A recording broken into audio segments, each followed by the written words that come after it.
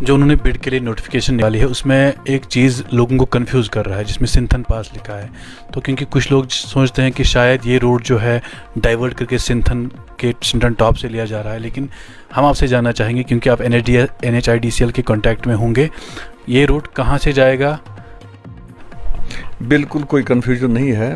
جو سروے جو ہوا ہے یہ اہلن سے سنگھ پورہ جائے گا. یہ وائلو, اس کو اسی لیے وائلو سنگھ پورہ ٹنل کہا جاتا ہے کیونکہ وائلو سے اہلن اور اہلن سے آگے فاٹن کے راستے سے یہ سنگھ پورہ کنیکٹ کرے گا. ناظرین کرام, خیر مقدم ہے آپ کا نیوز انسائیڈر میں, اور میں آپ کا میزبان راتر ہلال ایک بار پھر آپ کی خدمت میں حاضر. ناظرین کرام, آپ کو یاد ہوگا کہ کچھ دن پہلے جو نیشنل ہائی وے 244 پہ ایک نیا پروجیکٹ سٹارٹ ہونے جا رہا ہے جس کا نام وائلو سنگھ پورہ ٹنل ہے, جس میں تقریباً 3000 کروڑ سے زیادہ لاگت آئے گی. اس پروجیکٹ کے بارے میں بات کریں گے. آج ہمارے ساتھ ہیں اپنی پارٹی کے پریزیڈنٹ اور ایکس MLA برینگ عبدالرحیم راتر صاحب. ناظرین, میں آپ کو بتا دوں کہ اس پروجیکٹ کے لیے جو پروسیس سٹارٹ کی وہ بہت سارے شخصیات نے کی, جس میں سے ہمارے راتر صاحب بھی ہیں. وادی کشمیر کے مشہور معروف شخصیت رہے ہیں مرحوم مفتی محمد سعید صاحب. کہتے ہیں کہ انہوں نے اپنی ڈائری میں سب سے پہلا جو پروجیکٹ, پرسنل ڈائری میں پروجیکٹ کا نام لکھا تھا وہ یہی پروجیکٹ ہے. تو بات کریں گے ہم راتر صاحب سے. راتر صاحب, سب سے پہلے آپ کا خیر مقدم ہے ہماری اس چینل میں. اس پروجیکٹ کے حوالے سے کیا کچھ آپ نے ابھی تک پروسیس کی, کتنی تکلیفوں کا سامنا کرنا پڑا, کہاں کہاں جانا پڑا, اس کے بارے میں بتا دیں. آپ کا بہت بہت شکریہ سب سے پہلے. اور جیسے آپ نے کہا بالکل صحیح درست فرمایا کہ مفتی صاحب کی اس میں بہت ہی بڑی کنٹریبیوشن ہے, بلکہ میں کہوں گا کہ ان کے بغیر یہ ناممکن تھا. اس میں محترم الطاف صاحب جو کہ ورکس منسٹر تھے, ان کی بھی کنٹریبیوشن ہے اس میں اس ٹائم. اور مجھے یہ یاد ہے, جیسے آپ نے یہ یاد دلایا کہ مفتی صاحب کی حکومت جب 2015 میں حلف لیا, انہوں نے حلف لینے کے دوسرے دن جب وہ آفس میں آ گئے, ابھی میرے خیال میں پہلا گھنٹہ چل رہا تھا آفس میں ان کا آئے ہوئے, اور اچانک سے وہ بھی آ گئے آفس میں, اور میں بھی خوش قسمتی سے وہاں پر موجود تھا. میں مفتی صاحب کے آفس میں گیا اور ان کو مبارکباد دے دی کہ انہوں نے کرسی پر جو ہے بیٹھے تھے. باتوں میں پھر مجھے یاد آ گیا اور میں نے ان کو کہہ دیا کہ چونکہ یہ آپ کا بھی خواب رہا ہے, کیونکہ مفتی صاحب نے 2002 سے لے کر 2005 تک جب وہ چیف منسٹر تھے تب بھی ان کی کوشش تھی کہ یہ ٹنل بنے اور یہ راستہ چلے یہاں سے. اور میں نے یاد دلا دیا مفتی صاحب کو کہ آپ کا بھی یہ خواب تھا اور میرا بھی یہ خواب ہے کہ یہ پروجیکٹ چلے. تو انہوں نے ڈائری نکالی, مجھے ابھی بھی یاد ہے کہ پین بھی ابھی کور میں بند تھا, ڈائری بھی ابھی کور میں بند تھی, اور اس نے کھولا اور اس نے نوٹ کر دیا اور مجھے کہا کہ آپ نے مجھے بہت اچھی بات یاد دلا دی, انشاءاللہ اللہ نے چاہا تو اس کو ہم مکمل کر دیں گے. اور یہ بھی مجھے یقین دلا دیا کہ میں دلی جا رہا ہوں, میں وہاں کے سرفیس ٹرانسپورٹ مسٹر گڈکری صاحب سے ملوں گا اور انشاءاللہ میں یہ کروا دوں گا. اور کچھ دن کے بعد ہی وہاں سے وہ آنے کے بعد, ان کے وزٹ کے بعد, وہاں سے دورے کے بعد, انہوں نے مجھے یہ خوشخبری دے دی کہ یہ پروجیکٹ ہو جائے گا. اور اس کے بعد 1-2 مہینے یا 3 مہینے کے بعد اس کی اپروول آ گئی. لیکن پھر کچھ دشواریاں آ گئی, پھر رک گیا یہ پروجیکٹ کچھ ٹائم. اور الحمدللہ میں یہ کہوں گا کہ 2015 سے لے کر جب تک میں ایز MLA تھا, ایز MLA جو میرے فرائض تھے, ذمہ داریاں تھیں, اور اس کو پرسیو کرنا تھا, میں اس کو پرسیو کرتا رہا.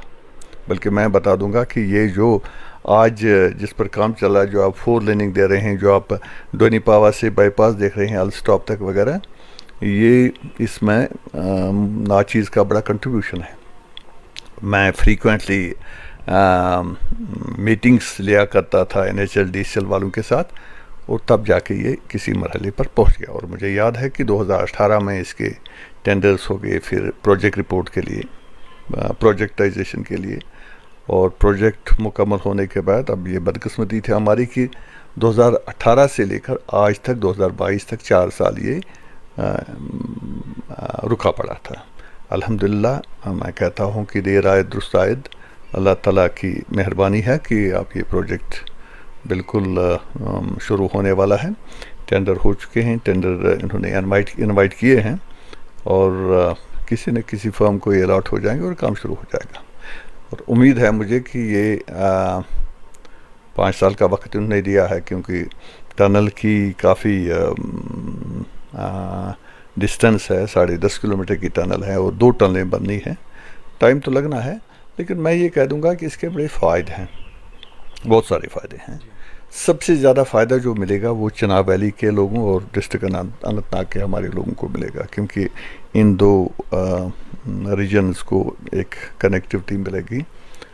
اور پھر ٹورزم جو ہے چناب ویلی کا، اس کو فائدہ ہوگا. اور سب سے بڑی بات یہ ہے کہ ہماری ریاست کی ایک ہی یہاں نیشنل ہائی وے ہے، NH-44، جو ابھی ہماری رامبن کے رستے سے جموں جاتا ہے. اور آپ دیکھتے ہیں کہ آئے روز کوئی نہ کوئی وجہ ہو جاتا ہے، یا زمین کھسک جاتی ہے اور سڑک ہی چلی جاتی ہے، یا پھر بارش آ گئی تھوڑی سی تو اوپر سے پتھر گرتے ہیں تو چلنا ممکن نہیں ہو جاتا، یا پھر برف باری میں کبھی کبھار راستہ بند ہو جاتا ہے. میں یہ کہہ دیتا ہوں کہ یہ راستہ بننے کے بعد یہ 24/7 اور 365 ڈیز کے لیے، یہ ہمیشہ کے لیے ایک ڈپینڈیبل راستہ بنے گا. اس کے بڑے فائدے ہیں. ایک تو آلٹرنیٹ کنیکٹیوٹی ملے گی، دوسری سب سے بڑی بات یہی ہے کہ ایک ڈپینڈیبل راستہ جس پر کوئی شک نہیں ہوگا کہ گھر سے انسان نکلے گا کہیں راستے میں راستہ بند ہو، کوئی خرابی ہو جائے، وہ نہیں ہوگا.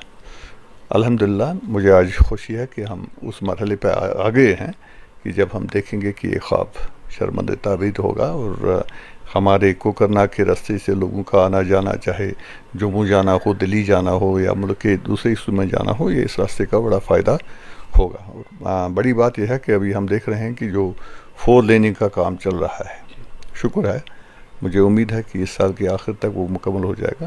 اس سے یہاں اننت ناگ سے کوکرناگ کا جو فاصلہ ہے، ابھی ہمیں 1 گھنٹہ لگتا تھا آنے جانے میں، مجھے امید ہے کہ یہ راستہ مکمل ہو جائے گا. 20-25 منٹ کا راستہ بنے گا. یہ اس سے ہمارے وہاں کے ٹورزم کو بھی فائدہ ہوگا. مجھے یاد ہے کہ آج سے کچھ سال پہلے آپ کے ورکرز جو ہیں انہوں نے آپ کے لیے ایک ویلکم پارٹی رکھی تھی کہ آپ کی وجہ سے یہ ٹنل کا کام شروع ہونے والا تھا، لیکن پھر تقریباً 4 سال کی دیری لگی. کیا کچھ وجوہات رہیں جن کی وجہ سے یہ 4 سال بعد کام سٹارٹ ہوا؟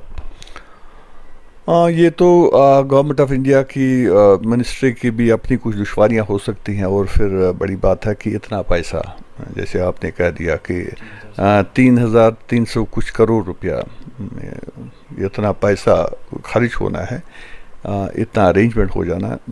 یہ ہو سکتا ہے کبھی سرکار کے پاس کچھ اور پرائیورٹیز ہوتی ہیں، تو مجھے لگتا ہے کہ وہی ایک دشواری بنی تھی ابھی تک، کیونکہ اس میں بہت پیسہ خرچ